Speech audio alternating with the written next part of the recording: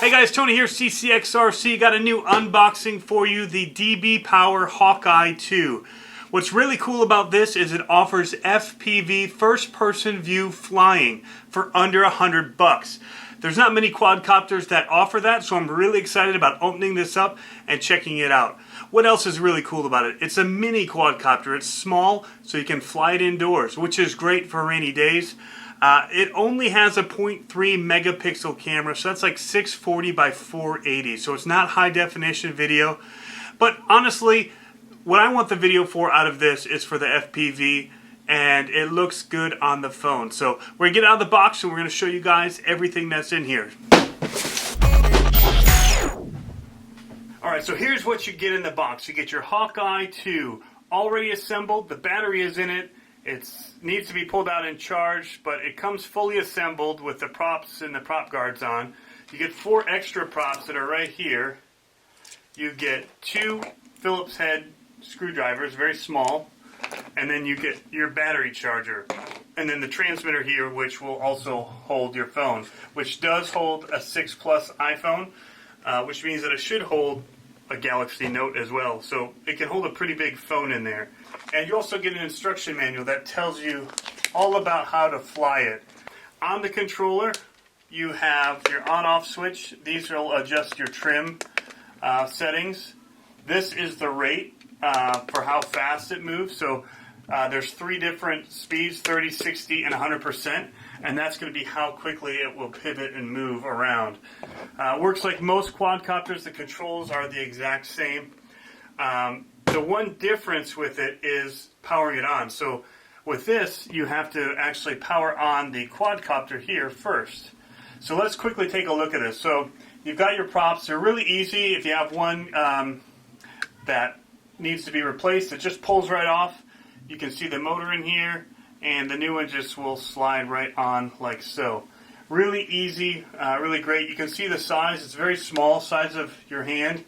One note I will make here is that these little red feet that go on to the bottom to land on and to set down, they come off fairly easily. And so to remedy that, I would suggest putting just a dab of super glue on there and then putting them back on and they'll hold tight. You can see I lost 2 of them during my practice runs, but I ran 2 batteries through it and just didn't realize it till the end. They're here in the office. I just need to find them.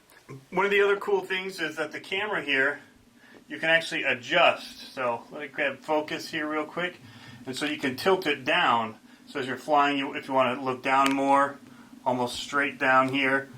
Or if you want to look more straight, so if you're flying FPV and just want to have that kind of view of what it's looking at, you can keep it straight like so. So that's really cool. So to get the battery out, you push down on the top here and you pull off the battery door like so, and you can see the battery is right here. It's a LiPo battery.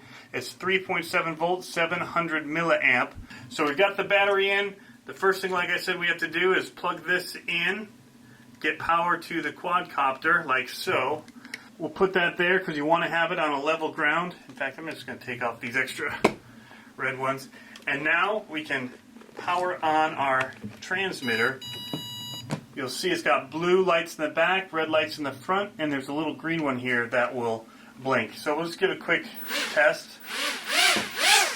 So there, we've got power. And what's cool about it is that you can also control it using the app. So here, let me go ahead and open the app.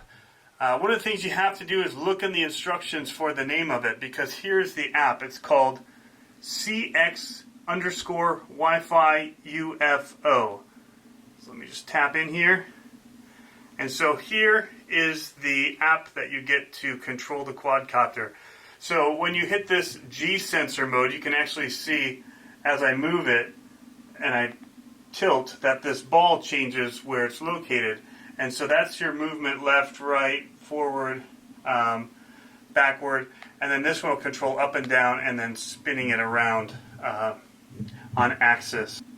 So while I've got the app open, let me just show you a couple of things. So you've got the ability to take pictures right here, record video, and you can then view them using this middle button, pictures and video. What's cool is that there's no memory card in the quadcopter. it's all stored natively into your phone. So when you're recording video on the quadcopter, it's actually writing it right to your phone. So then you can email them straight from there, which is pretty cool. Here's the rate. It's got 3 ranges of that. This is the G sensor mode again to enable to fly using your phone. And then you've got the ability to turn these on or off. So if you're using your controller and you just want FPV, you'd go like this. Alright, so we've got it set up here right in front of me. We're going to quickly show you how the FPV works so you can watch it here on the controller.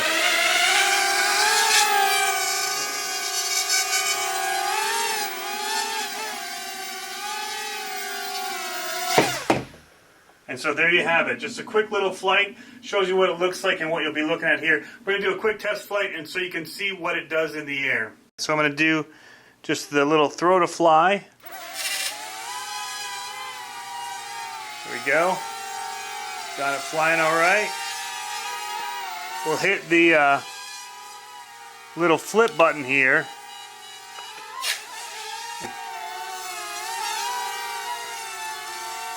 I did that flip.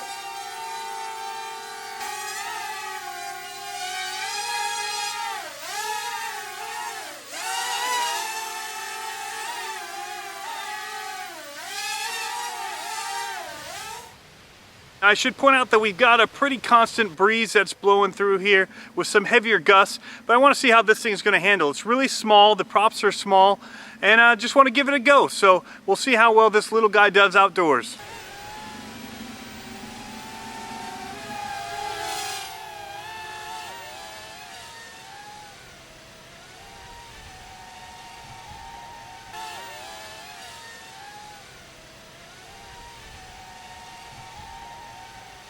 Alright, so here we go. We're going to fly it using the iPhone to control. This mode might actually be easier for some people who aren't used to flying quadcopters to be able to just control by twisting their phone, leaning it forward, backward to fly it. And you can also push left and right to turn it still.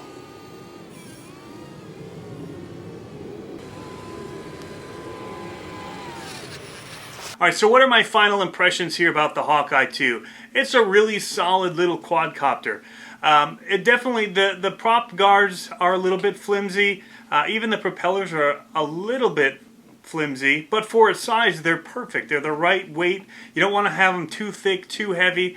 And so one of the things is flying it indoors, you want it to be able to bounce off of things. So it works really well in that case. There's been a couple times where I've had to, you know, they might bend down the prop a little, just bending it back up with your hand, and you throw it back in the air and you're flying again. So the FPV on this is my favorite part by far. And to get that for under $100 is really cool. I think it's set right about the right price point for something like this. There's not really much else offered. There's one or two more quadcopters that I've seen in this price range. But this does really well. The battery door is a little bit tricky to get used to, getting it on and off and managing the cables. It's really tight, so it's not the quickest thing, but it's doable, it's usable, and works well. And if it doesn't, you can always just put a little piece of tape over that, and it'll still fly really well. So really solid little quadcopter, maneuvers really well in the air. Indoors, I was flying it at about 60%. Outdoors, you want to be at about 100 to be able to control it, especially if there's a light breeze. But overall, I give it a thumbs up, and I think that, you know, I compare it to my Syma X5C in a lot of ways, except that it's much smaller, so it handles a little bit differently. But these are in the toy grade or beginner style quadcopter, so you can't expect it to be like the DJI Phantom. It's just not that, and it's under $100. So it does a really great job for what it is, and you'll get a lot of fun and enjoyment out of it. Again, I'm Tony. Thanks for watching, and have fun flying, guys.